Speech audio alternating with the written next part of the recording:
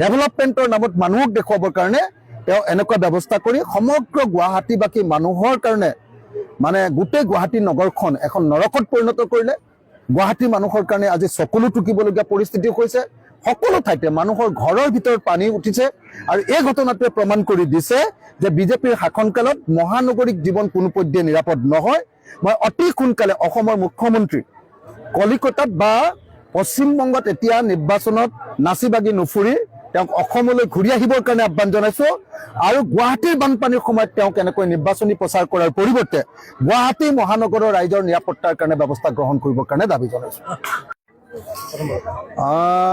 BJP চৰকাৰে 10 বছৰ কাৰ্যকাল শাসন চলালে আৰু 10 বছৰ শাসন চলোৱাৰ পাছতো তেওঁলোকে অসম বানমুক্ত কৰিম বুলি কৈছিলে, গুৱাহাটী বানমুক্ত কৰিম বুলি কৈছিলে, কিন্তু এদিনৰ এজাক বৰষুণতে গোটেই গুৱাহাটী সম্পূৰ্ণৰূপে বিধ্বস্ত হৈ গ'ল। গুৱাহাটীৰ প্ৰতিটো চুবুৰী, গুৱাহাটীৰ প্ৰতিখন ৱাৰ্ড, প্ৰত্যেকটো ঠাই গুৱাহাটী বিধ্বস্ত হৈ গৈছে কৃত্ৰিম বানপানী। মাত্ৰ এদিনৰ বৰষুণ, ৰাতি 8 বজাৰ পৰা 11টা বজালৈকে বৰষুণ দিছে আৰু এই 3 ঘণ্টাৰ বৰষুণত সম্পূৰ্ণৰূপে গুৱাহাটী বিধ্বস্ত হৈ গৈছে। যোৱা সময়খিনিত আমি দেখিছিলোঁ যে হিমন্ত বিশ্ব শৰ্মা গুৱাহাটী পৌৰ নিগমৰ তেওঁৰ গুৱাহাটী নগৰ উন্নয়নৰ মন্ত্ৰী আছিলে, বহুত ডাঙৰ ডাঙৰ কথা কৈছিলে। অশোক সিংঘাল মন্ত্ৰী আছিলে, বহুত ডাঙৰ ডাঙৰ কথা কৈছিলে, হেলিকপ্টাৰ লৈ ড্ৰেইন চাইছিলে, কিন্তু তাৰ পাছতো গুৱাহাটীৰ কৃত্ৰিম বানপানী ৰোধ কৰিব নোৱাৰাটো এটা অত্যন্ত গুৰুত্বপূৰ্ণ অপৰাধ। অকল গুৱাহাটী মহানগৰীৰ বানপানী নহয়, গুৱাহাটী এয়াৰপৰ্টটো চাওকচোন, পৃথিৱীত কেতিয়াবা কোনোবা এয়াৰপৰ্টত এনেকুৱা ধৰণে নদী বয় নেকি? এয়াৰপৰ্টৰ ভিতৰেদি নদী বৈ গৈছে। এনেকুৱা ধৰণৰ দুৰ্ভাগ্যজনক ঘটনা কেৱল আৰু কেৱল অসমতে ঘটিছে আৰু কেৱল হিমন্ত বিশ্ব শৰ্মা চৰকাৰৰ দিনতে ঘটিছে।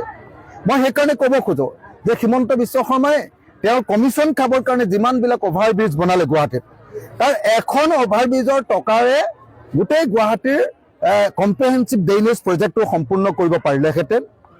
কিন্তু সেইটোকে নকৰি কেৱল মানুহক দেখুৱাবৰ কাৰণে, ডেভেলপমেণ্টৰ নামত মানুহক দেখুৱাবৰ কাৰণে তেওঁ এনেকুৱা ব্যৱস্থা কৰি সমগ্ৰ গুৱাহাটীবাসী মানুহৰ কাৰণে মানে গোটেই গুৱাহাটী নগৰখন এখন নৰকত পৰিণত কৰিলে।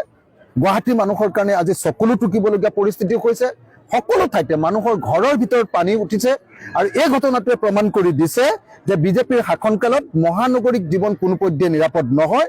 মই অতি সোনকালে অসমৰ মুখ্যমন্ত্ৰী কলিকতাত বা পশ্চিমবংগত এতিয়া নিৰ্বাচনত নাচি বাগি নুফুৰি তেওঁক অসমলৈ ঘূৰি আহিবৰ কাৰণে আহ্বান জনাইছোঁ আৰু গুৱাহাটীৰ বানপানীৰ সময়ত তেওঁক এনেকৈ নিৰ্বাচনী প্ৰচাৰ কৰাৰ পৰিৱৰ্তে গুৱাহাটী মহানগৰৰ ৰাইজৰ নিৰাপত্তাৰ কাৰণে ব্যৱস্থা গ্ৰহণ কৰিবৰ কাৰণে দাবী জনাইছোঁ।